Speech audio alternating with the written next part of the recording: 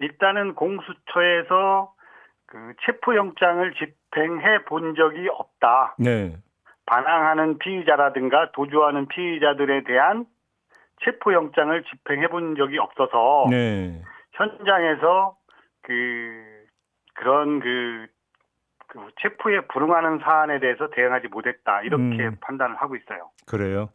네네. 결국 한마디로 경험 미숙이 아니라 경험이 아예 없는 거죠, 공수처는. 그러니까. 그렇죠. 그렇게 하고 좀 대처 능력이 떨어졌다. 아니 근데 여기서 저는 네. 궁금한 게 사전에 공수처와 경찰이 그 협의를 했을 거 아닙니까? 이렇게 하자고.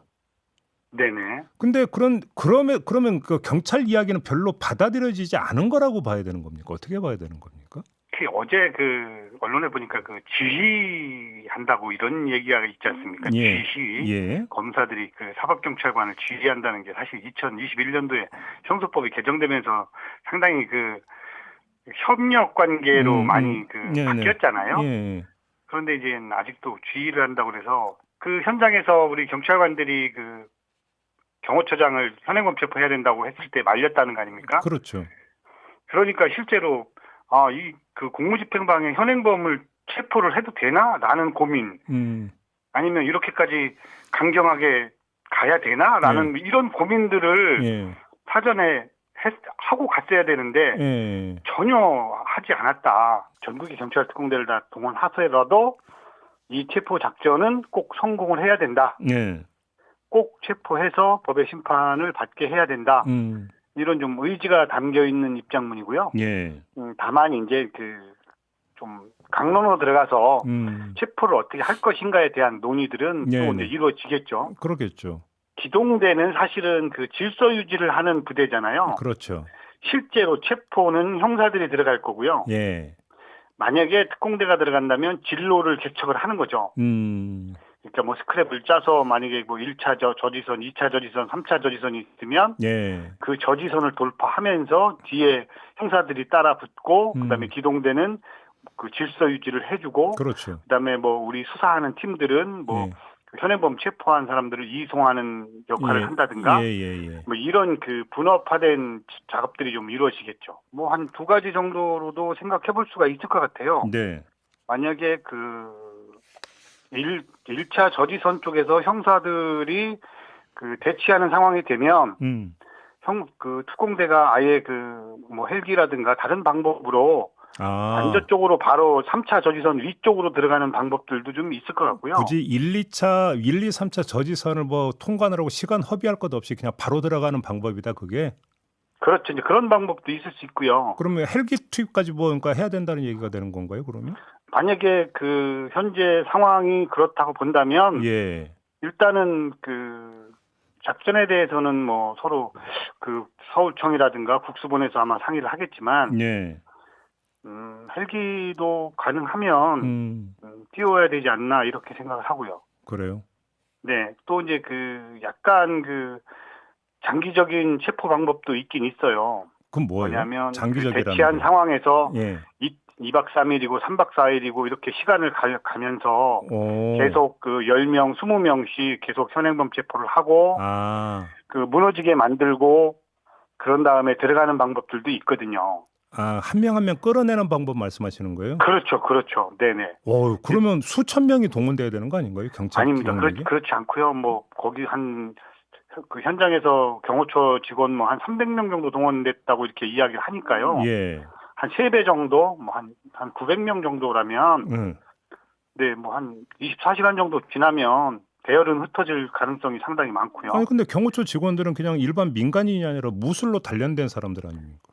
무술로 단련이 됐지만, 실제로 본인들도 저희들이 이제 만약 안내방송 불법 행위에 대한 체포를 하고, 그 다음에 거기에 대한 강경한 법 집행을 한다 그러면, 그다음에 실제로 경호처장이라든가 차장, 본부장 등을 먼저 검거를 한다고 하면 실제로 300명이라는 숫자는 있지만 전체가 다 똑같은 마음은 아닐 거라고 생각을 하는 거죠. 적극적인 행태를 취하지는 않을 거라고 예상을 합니다. 그 순간에 이제 그러니까 처장이나 차장 그러니까 머리급을 만약에 검거를 한다면 그 순간에 대열이 흔들릴 것이다 이렇게 보시는 거네요. 그렇죠. 그리고 시간이 지나면 하루 이틀 뭐 48시간, 24시간이 지나면 예. 당연히 사람은 무너질 수밖에 없거든요. 체력적으로도. 그래요. 네네. 근데 그 과정에서 또 예를 들어서 윤석열 대통령 지지자들이 몰려와서 막 그 격렬하게 시위하고 이런 상황까지도 정문 쪽은 기동대가 많아야죠. 그래요? 네, 그러니까 그 정문 쪽에서는 우리 그 경찰 기동대가 네. 질서 유지를 하면서 그렇게 안에서는 체포 작업을 또 하는 거죠. 그래요. 그러면 네네. 지금 그 위원장님이 말씀하신 두 개, 하나는 뭐 헬기까지 투입을 해서 기동전으로 그러니까 속전속결로 끝내는 방안 하나와 그죠. 장기적인 방법. 또 한 가지는 2박 3일 걸린다 하더라도 하나하나 끌어내 가지고 결국은 상황을 종료시키는 정반대의 접근법이네요, 두 개가. 그렇죠.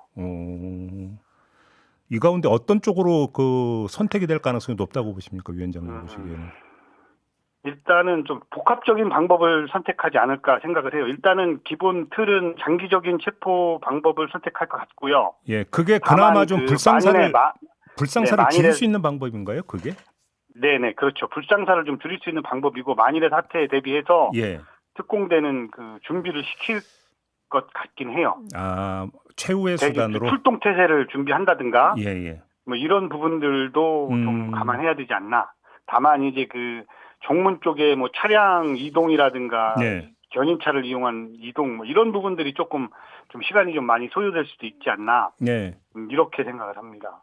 그러면 입장 바꿔서 경호처에서는 어떻게 나올 거라고 전망을 하세요?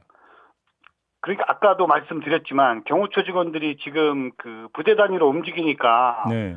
그 군중 심리에 의해서 움직이고 있지만 실제로 뭐 5명, 10명, 20명 이렇게 체포를 해 나간다고 하면 네. 지난번에는 체포를 하지 않고 서로 그 말다툼하다 나왔다지 않습니까? 그죠? 예. 그런 상황과 그 실제로 뭐 10명, 20명씩을 체포해서 네. 실제로 그 수갑을 채워서 나가는 상황하고는 네. 완전히 다르다고 보시면 될 것 같아요. 그러면 지금 위원장님의 견해에 따르면 뭐 2박 3일이 걸리더라도 한 명 한 명 끌어내는 방법이 그나마 물리적 충돌을 방지하면서 불상사 없이 체포영장을 집행할 수 있는 현실적인 방법이다. 이런 말씀이실까요? 중간 정리를 하자면? 네. 저는 그렇게 보여집니다. 아, 그래요? 그리고 거기서 가장 선행돼야 될 것은 경호처장이나 차장에 대한 검거, 체포 이것이다. 이런 말씀이시고. 네. 그렇다고 보고 있습니다. 그래요. 근데 예를 들어서 지금 어제 국민의힘 소속 의원들 44명이 지금 또 관저 앞으로 그러니까 갔었거든요. 만약에 네, 저는 뭐 지금부터 만약에 우리가 그 체포영장을 제시를 하고 네. 그 진입을 하려고 하는데 막아선다면 예. 현행범 체포 가능하다고 생각을 합니다. 아, 국회의원들도 네. 체포를 해야 된다 이런 입장이세요, 그러면? 네. 저는 체포를 해야 된다고 생각을 합니다. 그렇게 보시는 거고. 지금 뭐 전해지는 바로는 뭐 철조망도 둘렀고 그 버스를 뭐 2중, 3중, 4중으로 해서 지금 뭐 그러니까 차단막 세우고 했다라는데 이건 별로 그러니까 이런 어떤 그 이 지형 점물은 별로 중요한 고려 사안은 아닙니까? 시간은 좀 더 걸리겠죠. 아무래도 그 많은 인원이 들어가려면 해체 작업을 해야 되기 때문에. 네.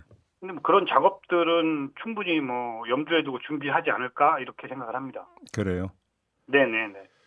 근데 그 저기 1차 체포 영장 집행 때 이제 많이 나왔던 이야기가 야간에는 아마 안 할 거다. 왜냐하면 그 오히려 불상사 가능성이 높아지기 때문에 이런 얘기가 많이 나왔거든요. 이게 맞는 이야기입니까? 아까 이제 그 정말로 그 좀 약간 다이나믹한 체포 방법을 선택을 한다면 불상사가 나올 수 있지만 그 장기적인 그 방법으로 간다고 하면 야간에도 사실 100명, 뭐 200명이 대치하고 있는 그대로의 상황 아닙니까?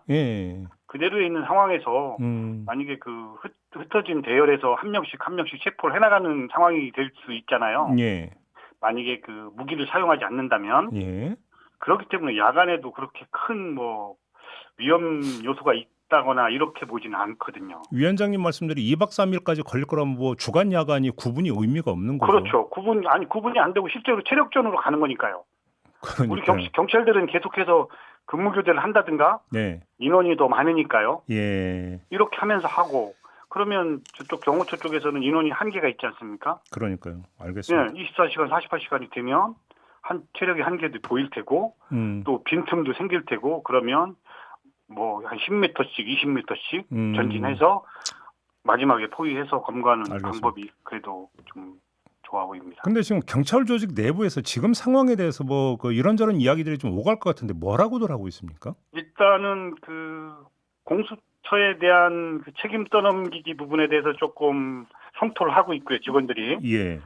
처음부터 그 같이 갔지만 네. 그 검거 부분에 대해서는 그래도 경찰한테 조금 많이 일임을 했어야 되는데 현장에서도 검사들이 이래라 저래라 이렇게 했던 부분들이 좀 보이다 보니까 좀 아쉽다. 예, 이런 알겠습니다. 이야기들을 하고 있습니다.